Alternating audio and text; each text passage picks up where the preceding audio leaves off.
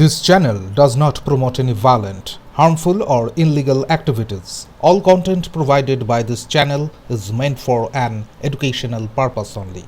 পুর নিয়োগ দুর্নীতি মামলায় ফের তৎপর ইডি। এবার সল্টলেকে সিজিও কমপ্লেক্সে হাজির দমকল মন্ত্রী সুজিত বসুর জামাই রাহুল সিং। কালো টাকা লেনদেন ও উৎস সম্পর্কে তথ্য পেতেই তাকে ডাকা হয়েছে বলে সূত্রের খবর।